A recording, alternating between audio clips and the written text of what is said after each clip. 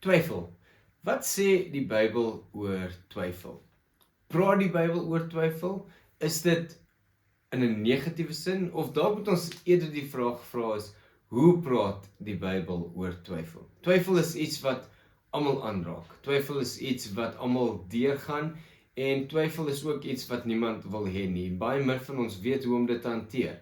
So vandag gaan ons kyk wat sê die Bybel oor twyfel. Ons gaan spesifiek kyk na 4 skrifte in Markus, Matteus, Johannes en Judas of dan Jude. En dan gaan ons 'n bietjie kyk hoe hanteer die Bybel twyfel. So as jy op 'n plek is waar jy twyfel en jy's nie seker hoe om daarmee te deel of te handle nie, kom ons kyk wat sê die Bybel. Ons begin in Markus 9 en ons lees vanaf vers 20 tot vers 24. Hy sê, So they brought him.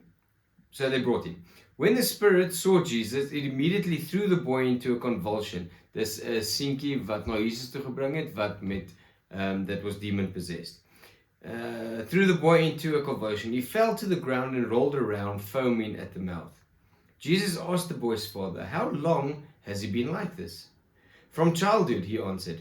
It has often thrown him into fire or water to kill him. But if you can do anything, take pity on us and help us. Die man vra, if you can do anything, take pity on us and help us. If you can, said Jesus, everything is possible for him who believes.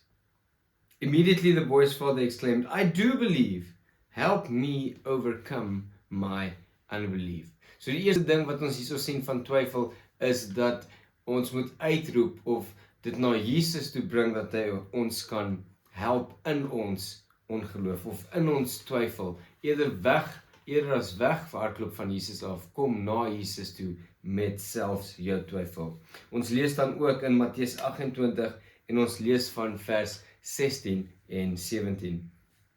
Then the 11 disciples went to Galilee, to the mountain where Jesus had told them to go. When they saw him, they worshipped him, but some doubted. Selfs die disciples, selfs die mense wat saam met Jesus was, selfs sy volgelinge, selfs mense wat alles gesien het wat Jesus kan doen, nou dat hy opgestaan het uit die dood, en hy verskyn voor hulle, sê die Bybel, when they saw him, they worshipped, but some doubted. Sien, twyfel is normaal, twyfel is iets wat die Bybel vir ons wys, self die groot en magtige mense wat saam met Jesus was, het ook getwyfel. Moenie dink jy is alleen as jy twyfel, moenie dink jy is swakker of minder as jy twyfel nie. En dit sien ons in Matteus 28, gesien staan ook in Johannes 20 vers 26 tot 28. Johannes 20 vers 26 tot 28 sê, A week later his disciples were in the house again, and Thomas, dis ook weer na die resurrection, and Thomas was with them. Though the doors were locked, Jesus came and stood among them and said, Peace be with you. Then he said to Thomas, Put your finger here, see my hands, reach out your hand and put it into my side. Stop doubting and believe. Sien, die Bybel praat van twyfel as iets waardeur baie mense gaan of dan almal deurgaan. En die Bybel leer vir ons moet na Jesus toe kom met ons twyfel, maar dit leer ons ook dat twyfel nie iets is wat ons net moet los nie. Die Bybel sê ons baie duidelik, Jesus sê vir ons, stop doubting and believe. Ons moet tot die punt kom wat ons twyfel oorgaan in geloof en dit kan net gebeur by Jesus. En dan lees ons laastens uit Jude vers 22, is net een hoofstuk. En hy sê, baie kort, hy sê, Be merciful to those who doubt. Be merciful to those who doubt. Die Here is genadiglik, hy wys genade.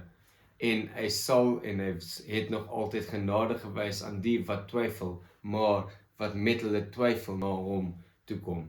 So, dit is wat die Bybel sê van twyfel. Die Bybel leer ons dat twyfel, die Bybel is nie stil oor twyfel nie. Die Bybel maak nie asof twyfel nie bestaan nie, maar wat die Bybel vir ons baie duidelik leer, is dit nooi ons nader na Jesus toe, wanneer ons wel twyfel. So, vat 'n oomblik, gaan lees gerus weer hierdie 4 verse, as dit dalk jy is, en gaan kyk bietjie weer, wat sê die Bybel oor twyfel?